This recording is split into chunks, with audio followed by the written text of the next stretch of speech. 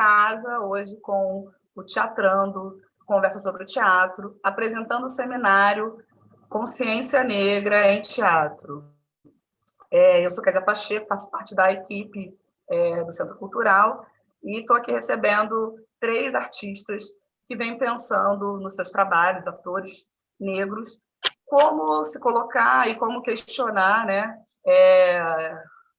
a contribuição da população africana dentro da história do Brasil e também pensando qual o impacto, o enfrentamento, né, do racismo em várias partes, principalmente na arte.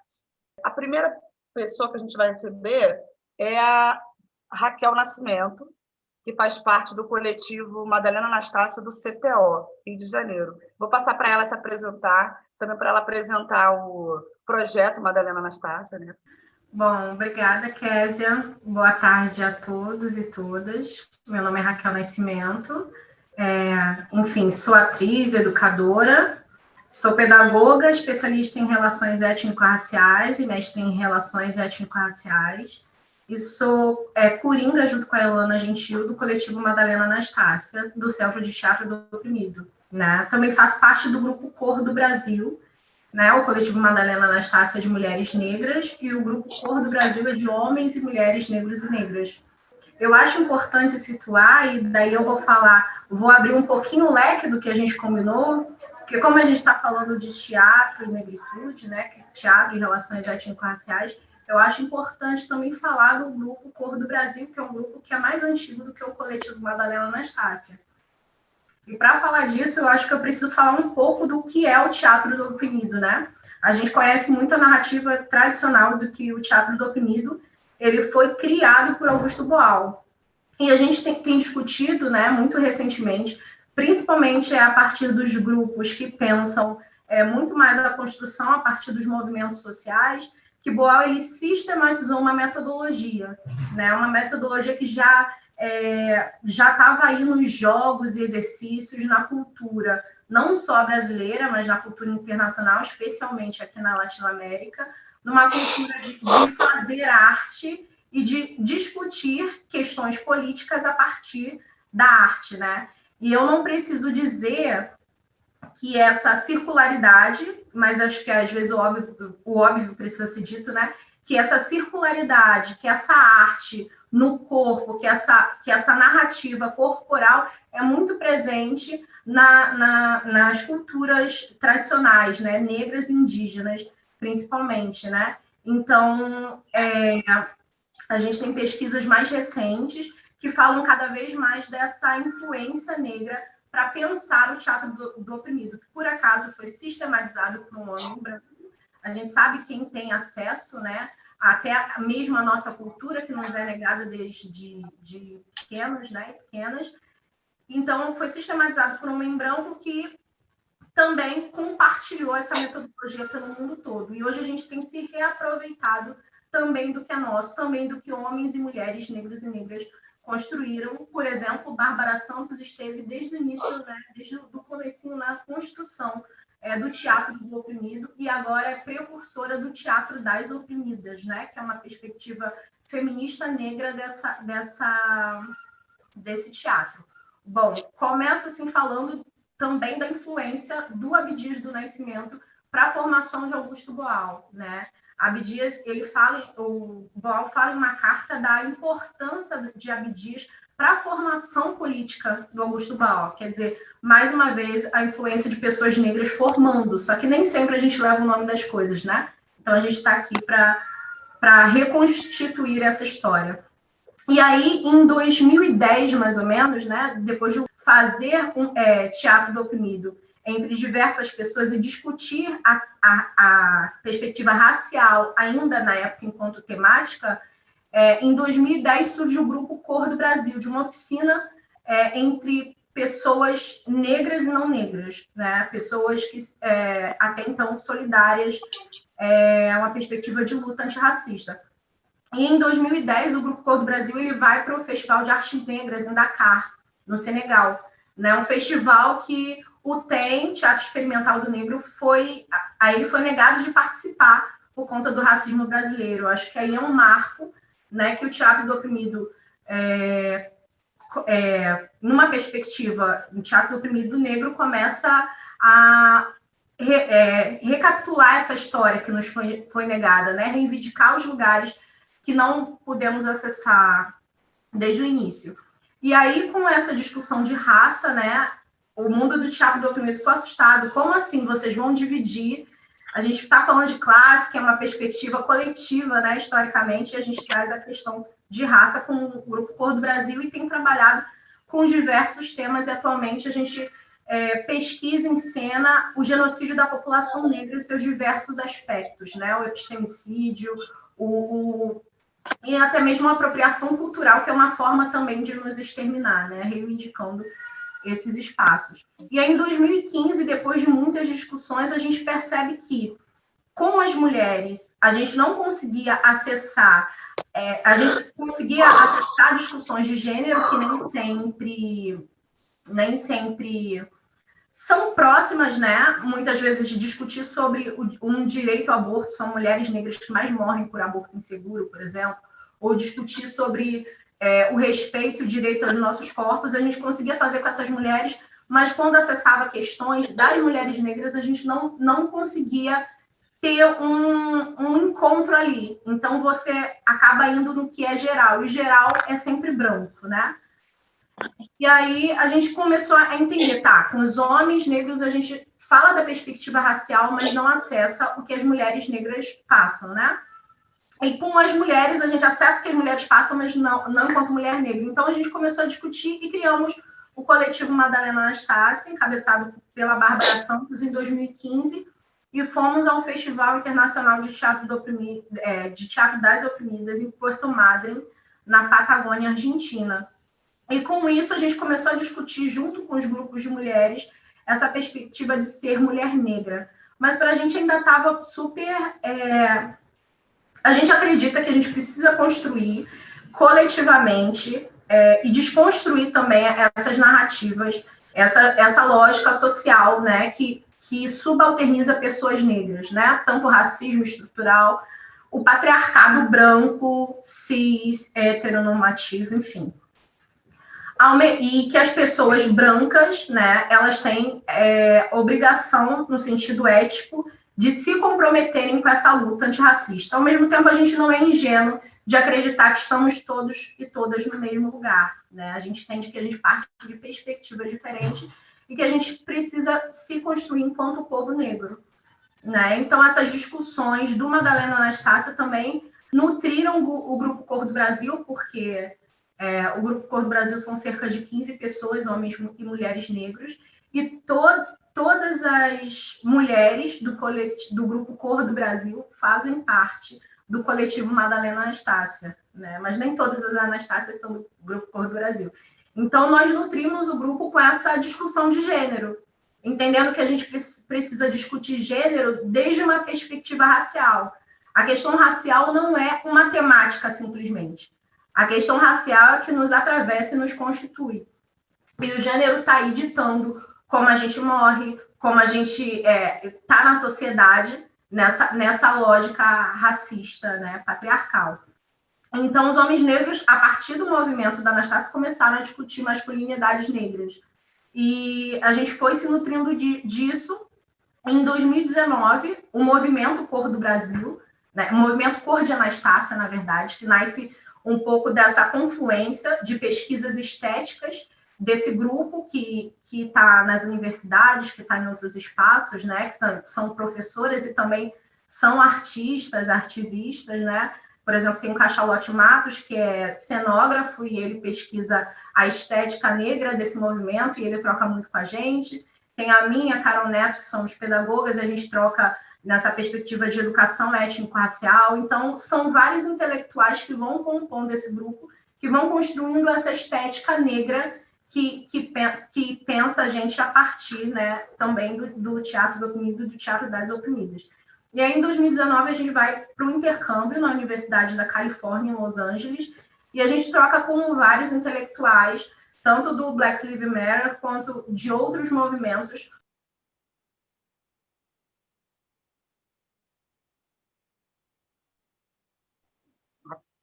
Alô, Raquel, acho que a ficou sua... sem áudio.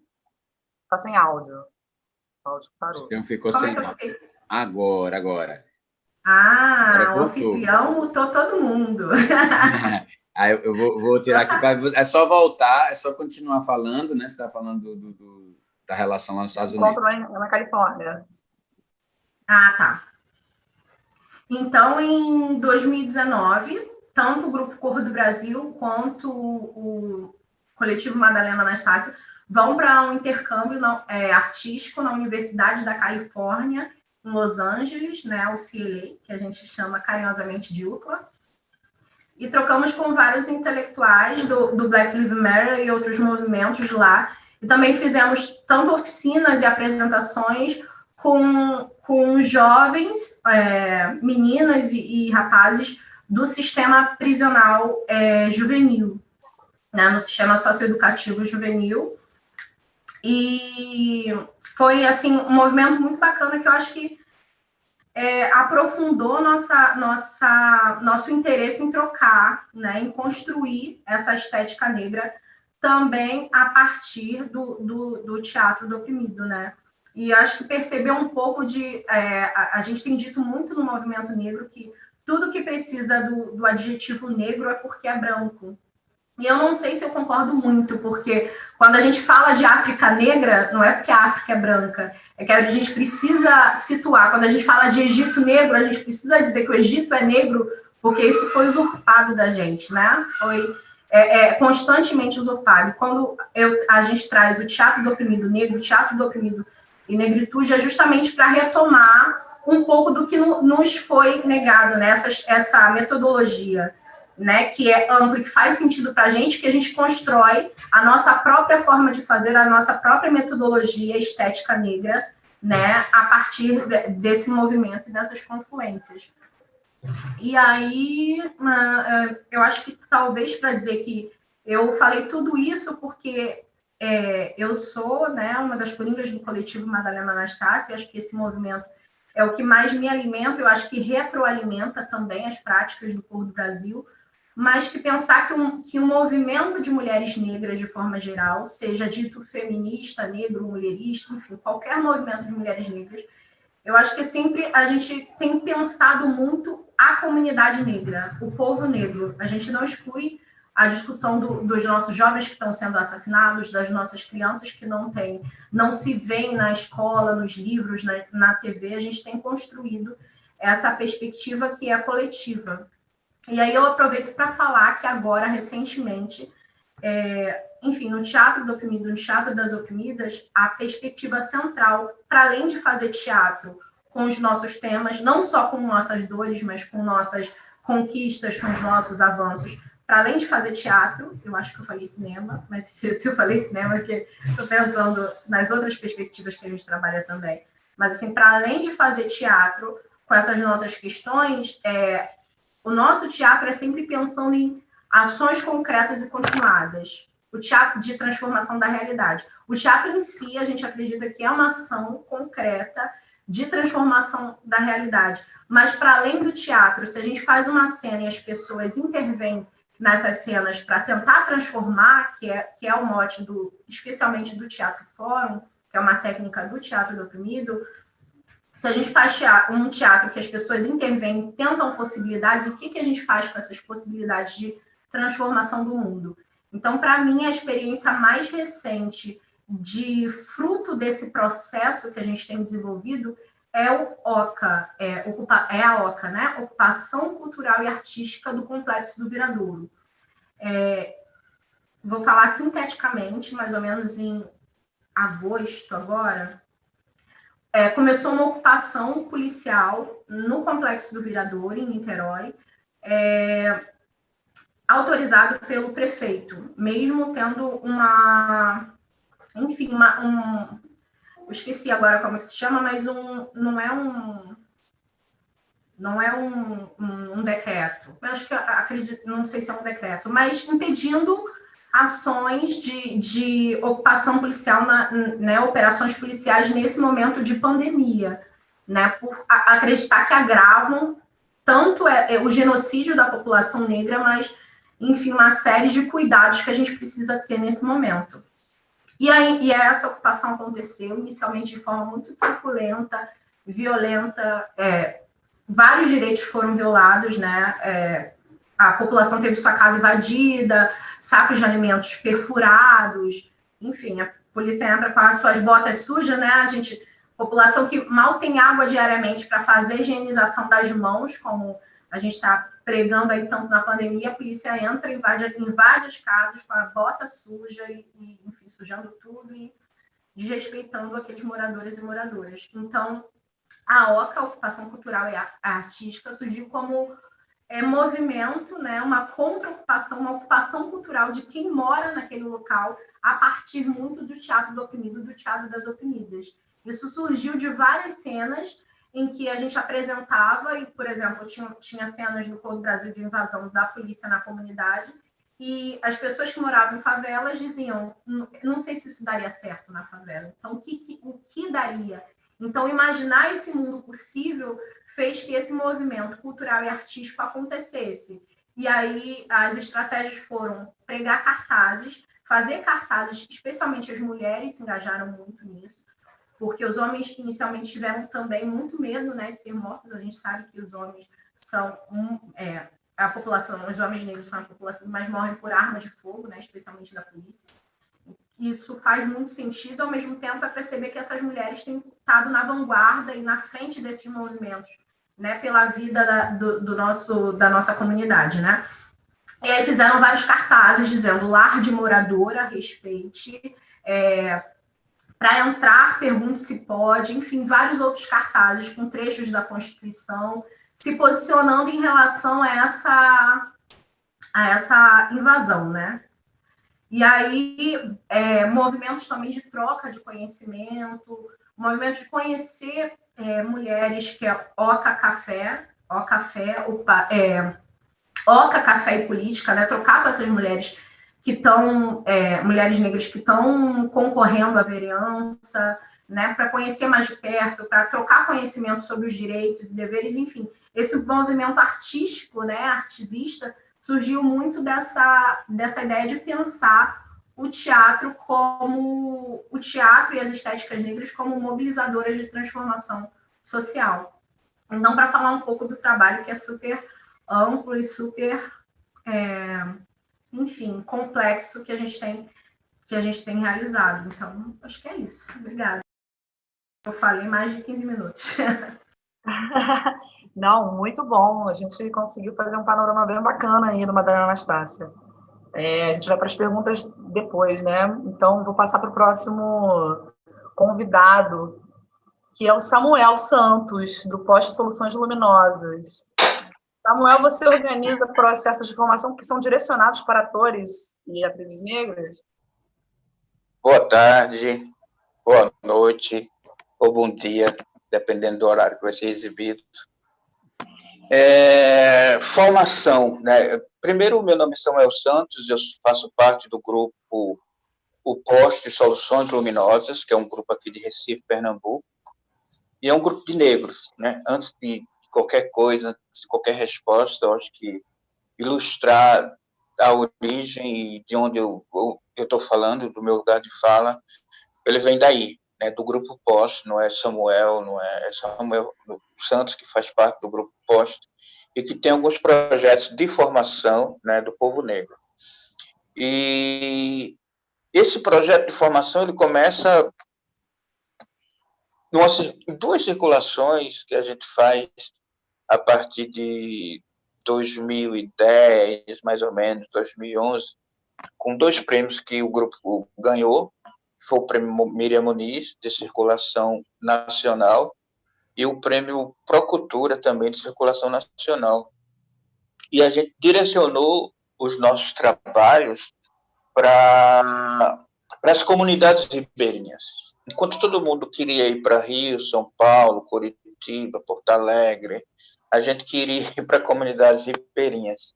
A gente queria ir para os nossos, né? Aqueles que ficavam à margem, né? E principalmente à margem do rio, não no sentido da marginalidade, mas que morava, que moram ali na margem, à margem do Rio São Francisco, que é o maior rio, se não me engano, o maior rio brasileiro, que corta 5 estados, né, nascendo em Minas Gerais e desaguando aqui, né, nos 5 estados do Nordeste. Então, a gente direcionou esses 2 projetos para essas comunidades. Então, a gente fez mais ou menos umas 20 e poucas comunidades, né, banhadas pelo Rio São Francisco, levando um espetáculo chamado Cordel do Amor Sem Fim. Né? Cordel do Amor Sem Fim é o primeiro trabalho nosso enquanto Sena, né, em 2009, mas o grupo é de 2004. Ele nasce como um grupo de iluminação cênica, por isso o posto Soluções Luminosas. Então, de 2004 até 2008, quando a gente começa o processo de Cordel, ele é um grupo de iluminação cênica, por isso o nome. Quando eu entro no grupo, em 2008, para dirigir Cordel, o grupo deixa de ser um grupo de iluminação e vira um grupo de pesquisa teatral, um grupo de produção para cena.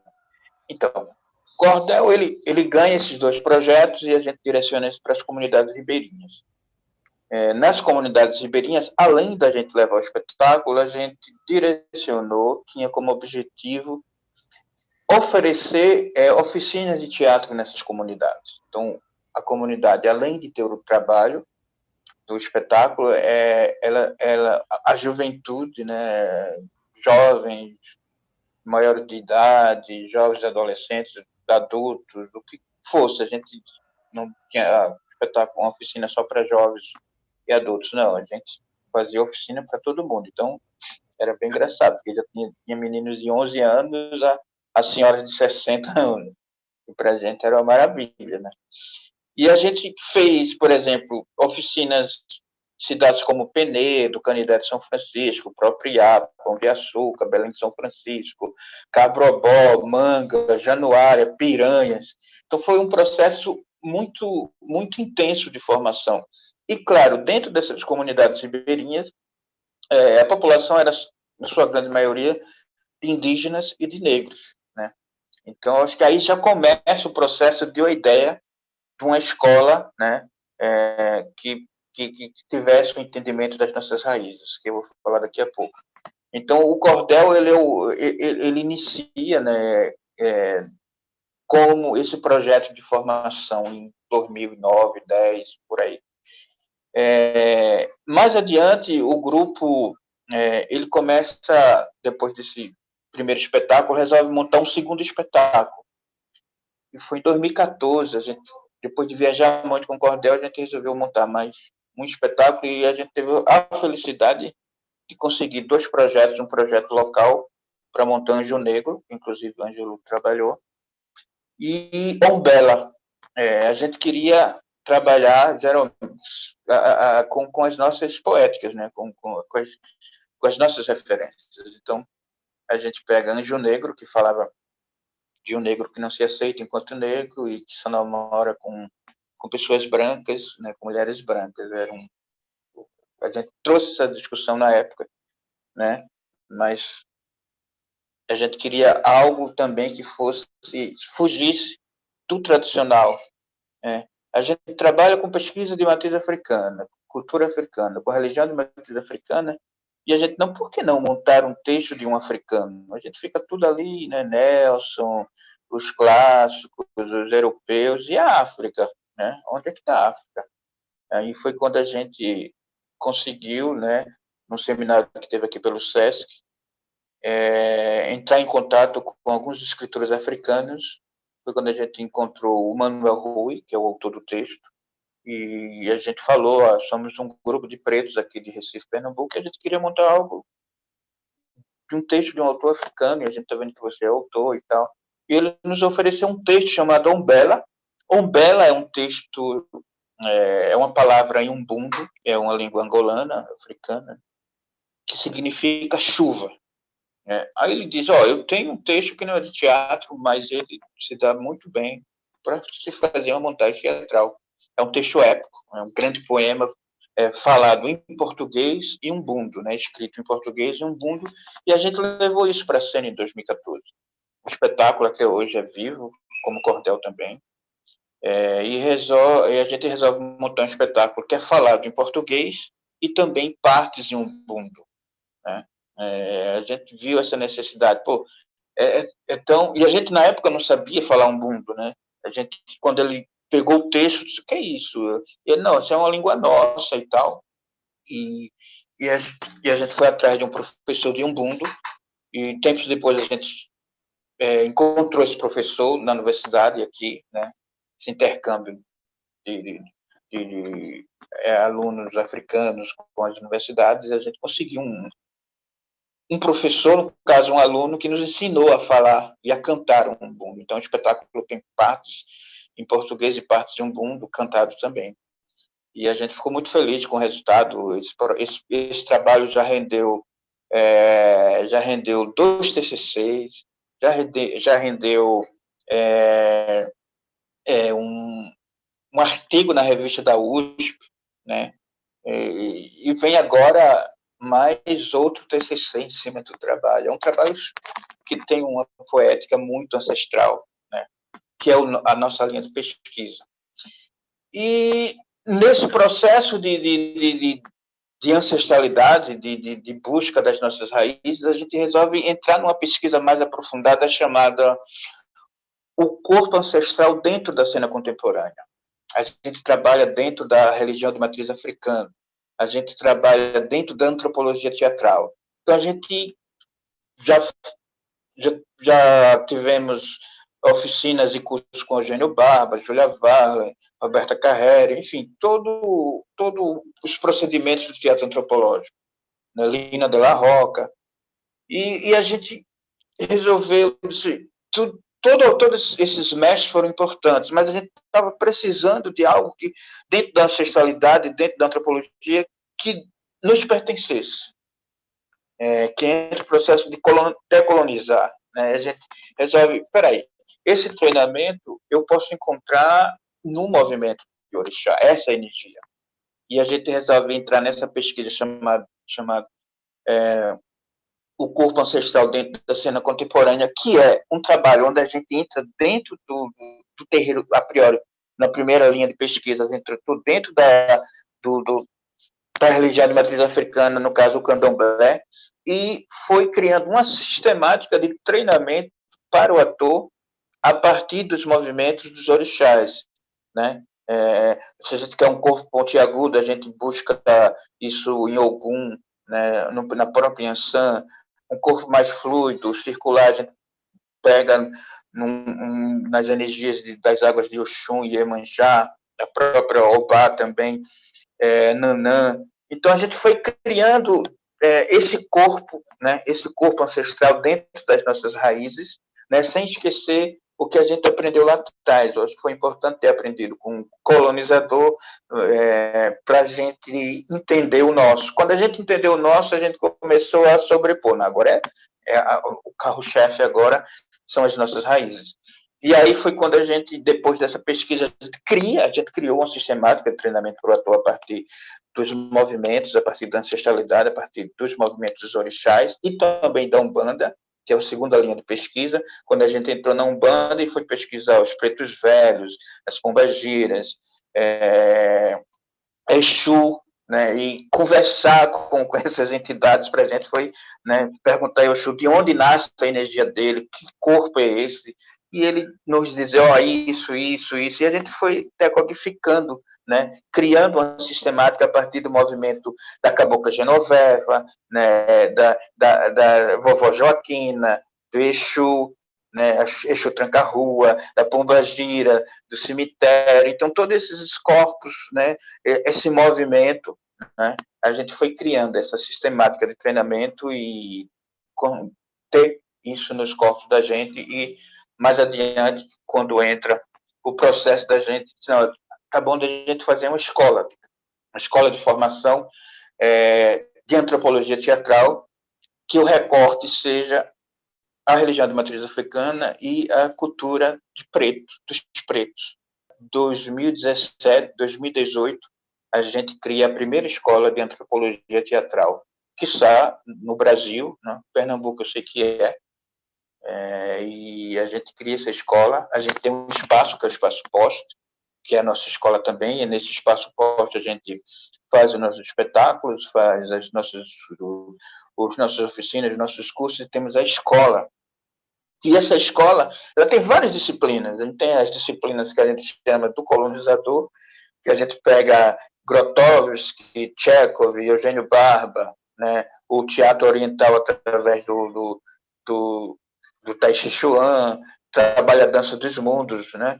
E as disciplinas que são nossas, que são com professores negros, inclusive, né? Na escola, acho que quase 100% são negros. Então, a gente tem a disciplina Dramaturgia dos Orixás, Tradição da Mata, que é Maracatu e Cavalo Marinho, Capoeira no Jogo do Ator. Então, praticamente são 4 disciplinas voltadas para as nossas raízes. Através dessas disciplinas, o aluno ele vai entrando em contato, né, com essa ancestralidade, com esse corpo ancestral que a gente chama. É uma escola que não é uma escola só para negros, até porque se a gente for fazer isso, a gente não consegue sobreviver ou manter a escola, né, porque a gente sabe a dificuldade ainda de trazer, né, o povo negro para participar, principalmente das artes cênicas. É uma escola mista, mas dentro dessa escola, claro, os negros aparecem, vêm, e a gente geralmente dá 1 ou 2 bolsas para um aluno e aluna negro e negra. E essa escola já entraria no 3º ano agora, mas por conta da pandemia parou. Então, toda essa nossa pesquisa, toda essa linha de trabalho, a gente vai desenvolvendo no processo de formação da escola. Dentro do processo também de pertencimento, de formação, a gente criou 2 festivais, que é o festival que aconteceria agora em novembro, entraria na 4ª edição, que é o Festival Luz Negra, o Negro em Estado de Representação. A gente inicia esse festival em 2017. É um festival de artes, é um festival de artes cênicas, né, e com outras abrangências, com outras categorias. Por exemplo, a gente é só negro em cena, né, branco não entra. Então, é um processo onde todos os espetáculos em cena são convidados, que além da programação só com artistas negros, né, a gente gosta muito que seja na autoria também, pode ser o autor branco, um diretor branco, mas em cena o objetivo, né, é que seja o negro realmente no estado da representatividade e da representação. Então, a gente vai ver nesse festival o negro na dança clássica, no balé clássico, na contemporâneo, na dança popular, na contação de história, no teatro para criança, no teatro adulto, no circo. Então, é um festival multifacetado. Ele tem no seu carro-chefe as artes cênicas, teatro, dança, ópera e tal, mas a gente pega também literatura, pega, né, à medida que vai avançando no festival, a gente vai acrescentando, até chegar no audiovisual. A gente tem outro festival chamado Pretação, que aí é um festival criado pelas meninas do Poste, né, a Grinês e Nana Sodré. No Festival Pretação, é um festival só com mulheres pretas em cena. Então, são 2 festivais direcionados para o público, para o aluno, para o artista negro, né? Público geral, pode ser branco, preto, mas a cena, né? A representatividade tem que ser com a mulher preta, com a mulher negra. Então, aí a gente, né, entraria no 3º ano agora, mas por conta da pandemia também não teve, mas terá, né? Não, teve online, desculpa, teve online, não deixou de ter, não. Então, são 2 festivais, né, também de formação e para o povo preto, né, de representatividade. Fizemos também esse ano online Terças Pretas, o Negro em Estado de Representação, que foi todas as terças, durante 2 meses, a gente apresentou 2 cenas com artistas pretos. E aí eram artistas pretos em tudo, na autoria e na atuação. Todos os autores eram negros, todos os artistas eram negros, atores e atrizes, né? Aí não tinha brecha de entrar autor branco e direção. Era geralmente lives, né, que depois foram gravadas, e essas lives eram encenadas. Eu dirigi. Eram 3 atores, foram 3 cenas, e foi muito importante, porque surgiu novos autores negros, novas atrizes, novas autoras negras. Foi um festival, assim, foi um projeto muito para a gente muito importante, porque a gente viu surgir ali, né, meninos de 18, 19 escrevendo com uma potência, né? E, sabe, a gente ficou muito emocionado, muito feliz de ter visto aparecer e propiciar essa juventude, né, o processo de mostrar a sua capacidade, o seu talento, o seu trabalho, né? Autores de 18, autores também de 18, 19, 20, 21, autores mais velhos que de repente resolveram escrever, atrizes novas. Foi uma coisa que para a gente foi muito feliz, né, esse sentido. Gerou um produto, esse produto está sendo comercializado, que foi um vídeo, né, com todos os trabalhos editados. Então a gente está comercializando esse produto também. E é isso, eu acho que é um pouco do que é o POST, do que a gente faz aqui em Pernambuco, né? Já participando de vários festivais, a gente é mais conhecido nessas comunidades ribeirinhas e na Dinamarca do que a gente vai pouco ao Rio, São Paulo e tal, mas a gente já foi, mas é uma coisa de passar temporada recente. A gente também tem outro espetáculo chamado A Receita, que é um espetáculo que fala sobre violência contra a mulher preta, já rodou praticamente o Brasil quase todo, né? E a gente está agora entrando no processo de um novo trabalho, um trabalho que está delegando para a gente uma pesquisa muito grande, que é em cima, não sei se vai dar para ler aqui, que é isso aqui. Tá aí ao contrário, eu acredito, mas é a história da escravidão em Pernambuco. A gente começa com esse livro, que está sendo desenhado o espetáculo. A gente vai falar sobre, claro, a escravidão, mas não no sentido do que todo mundo, né, já ouve falar. A gente vai pegar os personagens, e que tem personagens na nossa literatura, na nossa história pernambucana, que é tão sabe, valente, inovador e estratégico quanto Zumbi.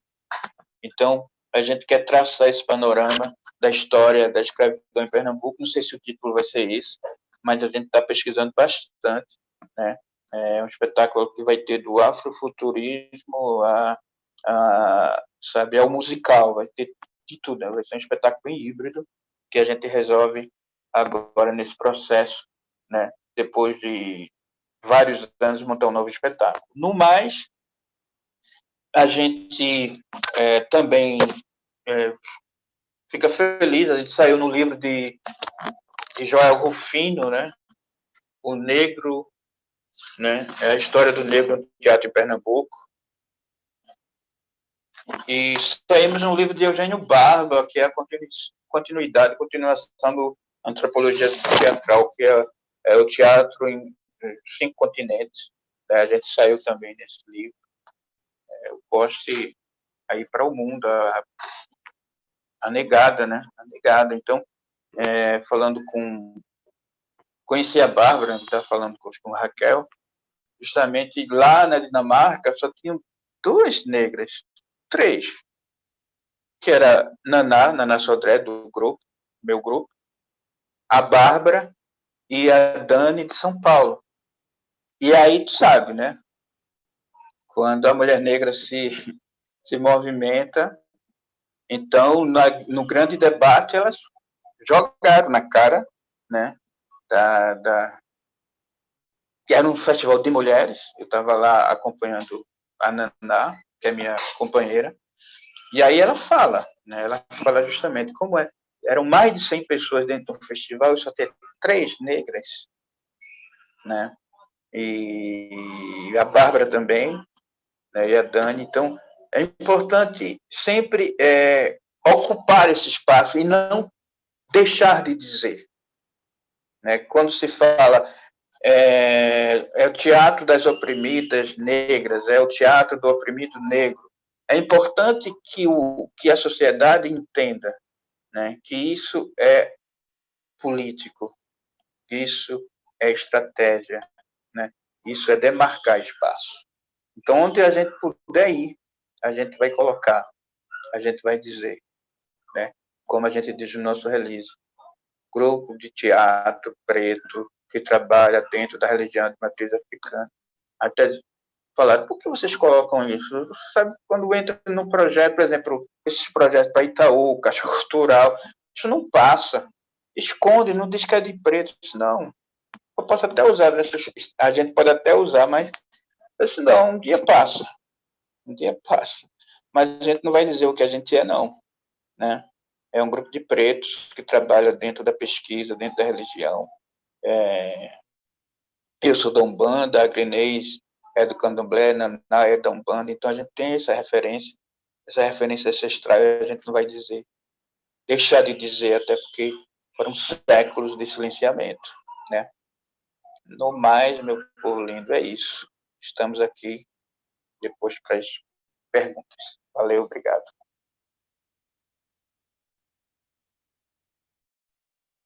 Obrigada, Samuel. Muito bom. Nossa, assim, foi com muitos conteúdos aqui na minha mente pensando, mas acho que, né, para deixar para depois, eu vou chamar agora o Ângelo Fábio, do Pós-Traumático Coletivo de Camaragibe, em Pernambuco. O Ângelo está montando o espetáculo Otelo Periférico, uma ópera rock. E, enfim, acho que a montagem está acontecendo em plena pandemia, né? E o Otelo também já é um personagem dramaturgicamente cheio de questões, né, para a gente discutir.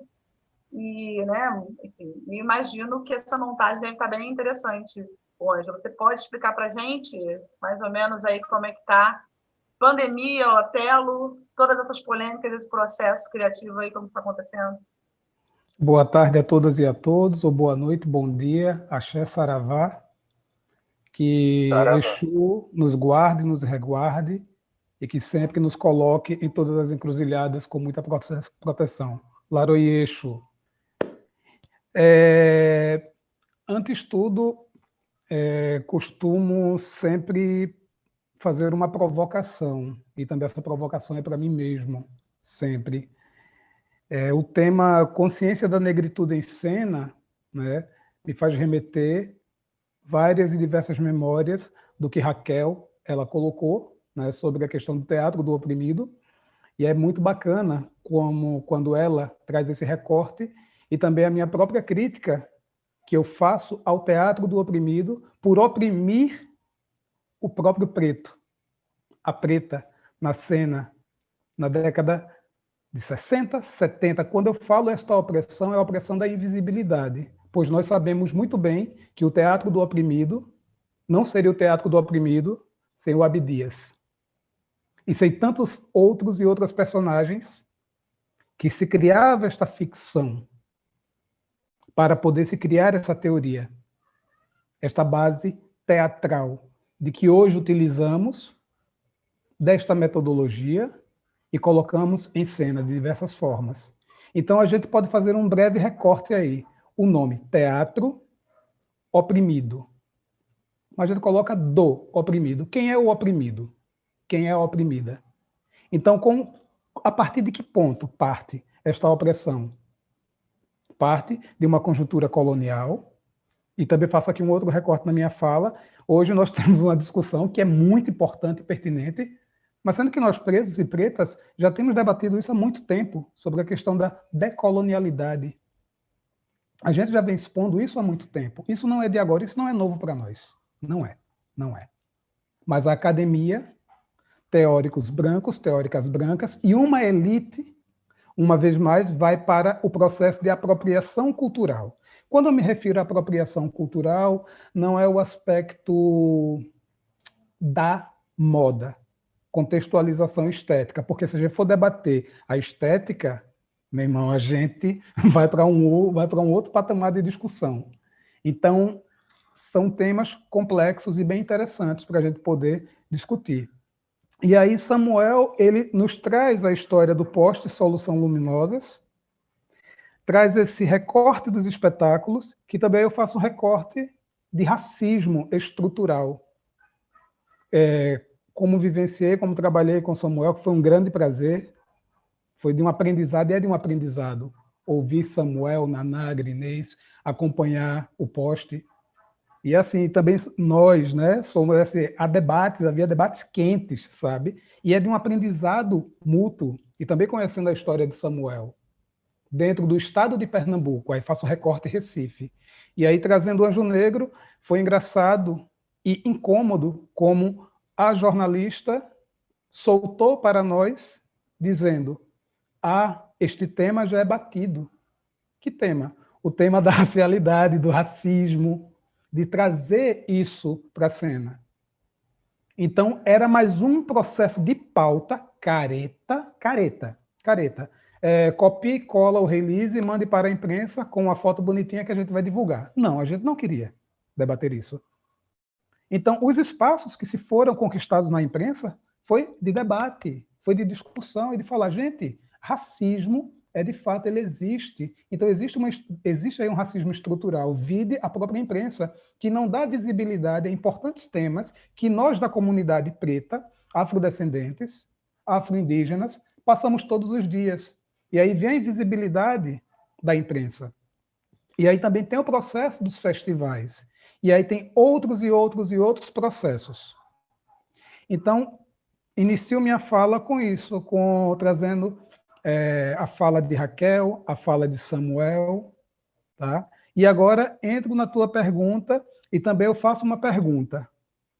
Gente preta em espaço de liderança, gente preta em espaço de poder, para quê? Por quê? Não, gente, existe aí um racismo reverso. Não, vocês agora querem nos silenciar, vocês agora estão ocupando nossos espaços. Então, essas frases, esses jargões, é o que ouvimos todos os dias. E aí, quando a gente vai para o teatro, vai para o campo das artes, da gestão em cultura, pronto, aí complica tudo. Não é só a invisibilidade. É um processo, sim, de sistema de extermínio. Eu falo com muita certeza, seja de forma consciente e inconsciente. Tá? Um outro ponto, trazendo a tua pergunta, Kézia, lá do início, Camaragibe. Camaragibe é uma cidade do lado de Recife, região metropolitana do Recife. Quando não tem trânsito, de boas, a gente chega aqui entre Recife e Camaragibe, 35 minutos. Moro bem do lado da fronteira, certo? É a região metropolitana, onde Camaragibe existem sub- e subperiferias. É uma cidade que tem aproximadamente 184 mil habitantes, com uma única avenida principal, com 6,5 km. Aí a gente para e imagina a densidade demográfica deste local. É uma cidade onde se tem equipamentos de cultura, é uma cidade onde se discute muita política, mas onde todas as ações políticas para a arte e para a cultura, ela não é vista com bons olhos, por uma questão estratégica também. Das regiões periféricas de Camaragibe tem um péssimo saneamento básico, tem uma péssima comunicação, em algumas áreas não se tem acesso à internet, e aí existem diversas problemáticas. Eu trago isso porque eu sou um agente social, eu sou um comunicador social, além de artista, além de produtor cultural, eu vivencio essas coisas todos os dias. E aí o Otelo Periférico, ele também nasce de tudo isso, nasce dessas realidades, mas ele surge em 2011, na UNA, Universidade Nacional de Artes, quando eu estudava direção teatral, numa cadeira que eu acho que era o segundo ou terceiro período por aí, e aí tínhamos de fazer uma cena dos clássicos, né, específico de Shakespeare, que era uma pesquisa lá do professor, e aí, óbvio, né, eu escolhi Otelo por conta da temática e aquela coisa. Para nós não será batido isso nunca. mas eu sempre ouvia, não, esse tema de racismo já é batido uma coisa ou outra, então eu faço um recorte de Otelo, e eu trago o nome só Otelo periférico, mas essa periferia não é só a periferia urbana, mas é a periferia do conhecimento. E nós, pretos e pretas, temos diversas periferias. E aí, bora trazer da questão da metafísica. Imaginemos a periferia da Umbanda, do Candomblé, da Jurema, das encruzilhadas, das nossas periferias e como nós somos vistos e vistas. E aí, quando eu vivi aí, morei em Buenos Aires aproximadamente 10 anos, sempre com idas e vindas, mas morei lá.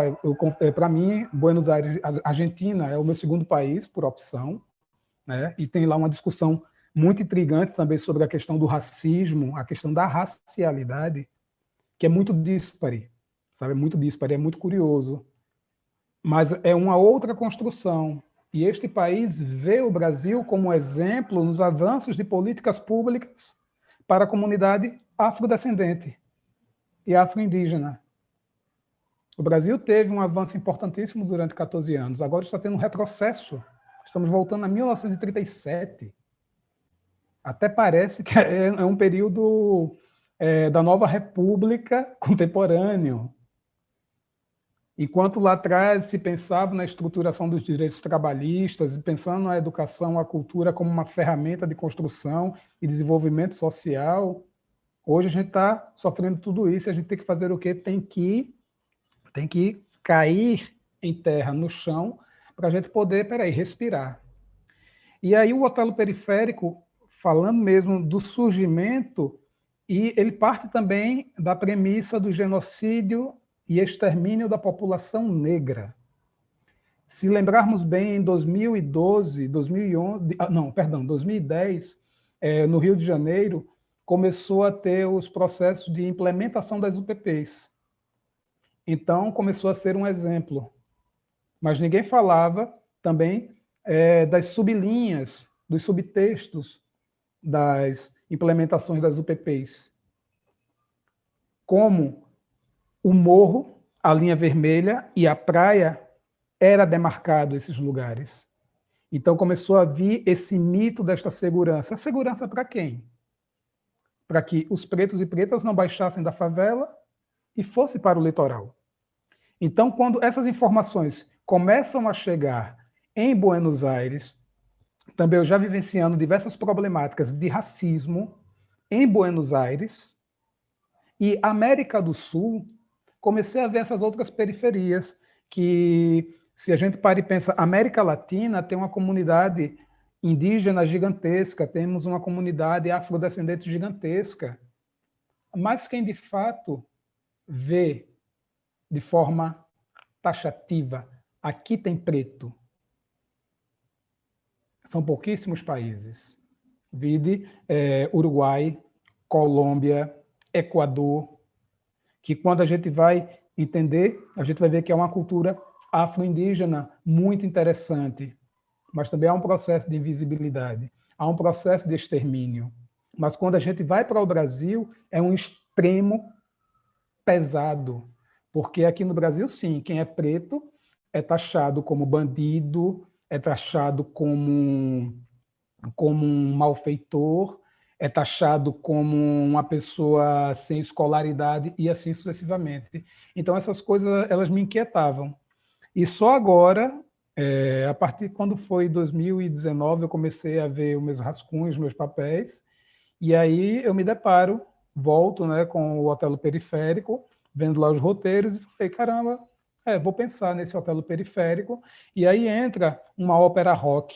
Aí eu pergunto, uma ópera rock? E aí a gente também faz um recorte. O rock, a história do rock. A história do rock, existem os reis do rock, né? Que a gente também vê sempre os brancos e as brancas. Mas e aí? Quem é o pai e quem é a mãe deste rock? Dessas pedras que rolam, deste som, deste blues, desse jazz, deste soul, desse rap, dessa poesia de rima nossa, dessa periferia que nós temos. Então eu me pergunto, eu faço essa pergunta, é uma ópera rock? E detalhe, ópera. Por que ópera? Então também é uma brincadeira, porque eu saio unificando, né, elementos da cultura popular, minhas referências, referências dos terreiros, referências de pessoas do cotidiano. Então, vejo isso como uma grande musicalidade. E o espetáculo em si, ele está, né, ele já está ali. E ele acaba surgindo também, de fato, nesse momento de pandemia, não pelo fato da pandemia, mas já era um desejo de ser um espetáculo que tivesse um viés virtual, porque também vejo o virtual como uma ferramenta real. O real é virtual, o virtual ele é real. Nós nos comunicamos, por mais que estejamos distantes entre nós, esta virtualidade ela nos aproxima através de bits e de bytes. E eu acho isso interessante, seja como ferramenta estética, seja como uma ferramenta linguística, seja como resultado que estará nas nuvens. E por que é que também eu pergunto, isso aqui, por que é que se passa? Passa a ser um ato performático, há uma performatividade através dessas ondas do Wi-Fi, da internet. Então, o Otelo Periférico, ele é isso. E aí também tem uma outra coisa que eu venho observando, que eu venho lendo, sobre a questão do movimento afrofuturista. Mas olha que bonito, afrofuturista, a sonoridade. A sonoridade já nos leva para diversos campos, mas também ela nos leva para diversas estéticas. E aí, por que não romper essas barreiras? Vivo aqui em Camaragibe, região metropolitana do Recife, posso ir até o Oceano Atlântico, no Marco Zero, e se seguimos sempre em frente, vamos nos deparar com o continente africano. Samuel teve a experiência de ir até o continente africano e de compreender um pouco mais de sua ancestralidade. Eu não sei se Raquel teve, ou se outras pessoas tiveram esse privilégio de ir e de poder entender e de compreender. E nós estamos tão próximos, mas essa é uma realidade tão díspare, tão distante, que isso nos desconecta. Então, o Otelo Periférico é esta utopia. É uma denúncia. É uma construção coletiva. É um espetáculo remoto que, quiçá, mais à frente, pós-pandemia, ele venha a se concretizar em corpo, em energia, em sintonia, porque se faz necessário também. Mas ele parte dessa premissa, desse virtual, já que também em 2011, 2012, eu até brinco que, querendo ou não, acabei iniciando no conceito de virtualidade. Por quê? Porque o projeto não foi visto com bons olhos, eu fui reprovado na minha disciplina por ter desrespeitado as hierarquias, de ter desconstruído o imaginário de uma dramaturgia clássica. Aí o pai perguntou para a dramaturgia clássica. Eu tenho lá minhas teorias também sobre essa dramaturgia clássica, de quem é esse personagem Shakespeare. Eu não vou me aprofundar aqui, porque os teóricos e teóricas vão dizer, você é um heretário. Tá, beleza, mas você tem minhas teorias. Quando eu paro para ler os textos, quando eu leio Otelo, o Moro de Veneza, eu fico viajando, tipo, caramba, Shakespeare foi doido pra caralho, velho. O cara pega, em 1784, desenvolve um texto, Otelo, Mouro de Veneza, um preto, que está na alta patente das Forças Armadas, adentra numa elite, se apaixona por uma mulher branca, e aí vem o caos dele. Aí tem o tema da racialidade já naquela época. E esse texto só foi escrito só foi montado muitos anos depois da morte dele. Aí quando a gente vai para Um Sonho numa Noite de Verão, é massa, é lindo. Os Delfos, toda aquela coisa imagética, né? Mas espera aí, quando a gente vai ver ali, eu consigo ver influências da cultura africana, sabe? São coisas muito sutis. Então eu fico me perguntando, espera aí, o que estava por trás dessa criatura, desta pessoa, deste Shakespeare, ou deste personagem? Também como se existem várias teorias dizendo que Shakespeare não era Shakespeare, era uma outra pessoa. Então, isso me chama muito a atenção. E o Otelo Periférico, ele também parte disso daí, parte dessas inquietações. E também traz essa discussão da decolonialidade. E, de fato, é de ser um espetáculo remoto, pensado por um preto, com uma equipe preta, protagonizada por pretos e pretas, sejam na cena, sejam nos recursos, quem vai estar pelo backstage, sejam as outras pessoas que vão estar presentes, sejam pelas pessoas que estou me comunicando para poder fazer uma comunicação para que seja difundido esta obra ou este processo de criação. E é como Samuel fala, cita muito bem os festivais que o Poste Soluções Luminosas vem realizando, o processo de pesquisa do Poste Soluções Luminosas, que ele fala de uma maneira muito segura que é isso. Infelizmente, as pessoas não conhecem o Poste. E quantas vezes eu escuto piadinhas sobre a questão do Poste. Mas não é uma questão da piadinha, não é uma questão pelo processo do Poste, porque todos sabem o valor estético, a contribuição social que se tem, mas é pelo fato de se discutir a racialidade e de afirmar isso. Por que eu tenho de utilizar de estratégias negando minha história, negando meus ancestros, antepassados, e o que eu sou? Esse cabelinho aqui, ó, essa coisinha de pele, faz muita diferença. A gente leva baculejo todos os dias. A gente está passando por maus bocados todos os dias.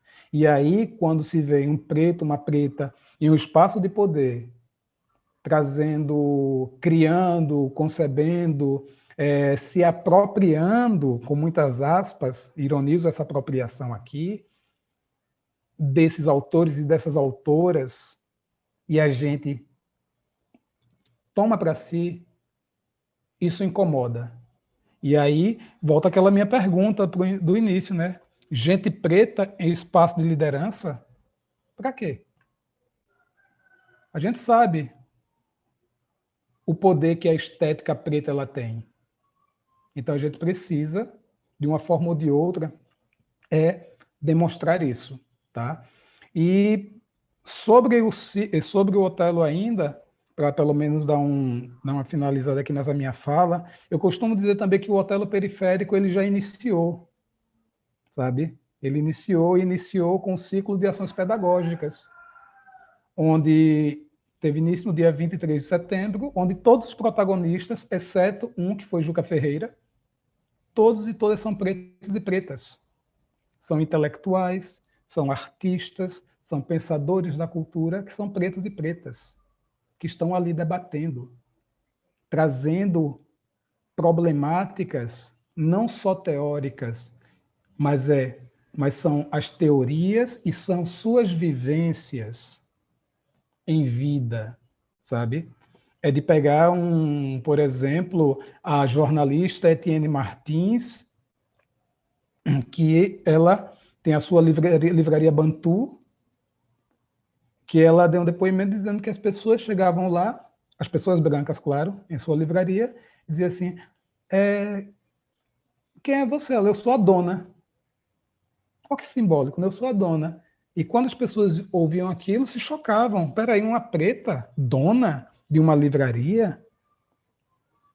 Uma preta no lugar deste protagonismo? Aí vem Tiago Teixeira, que ele traz o tema necropolítica, a construção de um inimigo comum. Fala desse processo da necropolítica, sim, como forma e pensamento que não é de agora, é desde antes, é desde muito tempo. E ele, como professor preto de uma universidade privada da PUC Minas, e de todas as vivências que ele também vem passando. Então, isso para poder citar alguns. Fora isso, a própria fala do professor Sidney Nogueira, sabe, quando ele fala da questão do extermínio da epistemologia, ele fala da epistemologia preta, ele fala da construção desse imaginário racista e de como muitos pretos e pretas acabam adotando isso de forma inconsciente. Ele fala da magia preta, e é muito bacana ter escutado quando ele fala magia preta. E é muito bom ter escutado aquilo. Eu parei a ouvir e disse, de fato, eu faço magia preta. Nós fazemos magias pretas. E isso assusta. Então, que magias são essas? Então, a gente também para pensar um pouco no inconsciente dessas pessoas quando vê esse processo imagético de um preto, de uma preta que faz magia. Então, é mais uma vez essa negatividade. Mas se a gente começa a aceitar isso, sim, fazemos magias. Eu faço magia preta. Tu faz, Samuca faz, Raquel faz. É lindo. Se isso assusta, que fiquem assustados. Porque nós temos poder. E esse poder, ninguém mais vai nos quitar. Porque já são anos e anos de silenciamento, de violência, de uma construção negativa sobre nossas imagens, nossas memórias e sobre o que observamos quanto futuro. Então, o Otelo periférico, ele parte disso daí. Fora isso, a própria construção também do coletivo pós-traumático. Mas, no momento, é isso, e são tantas coisas. Águas que rolam.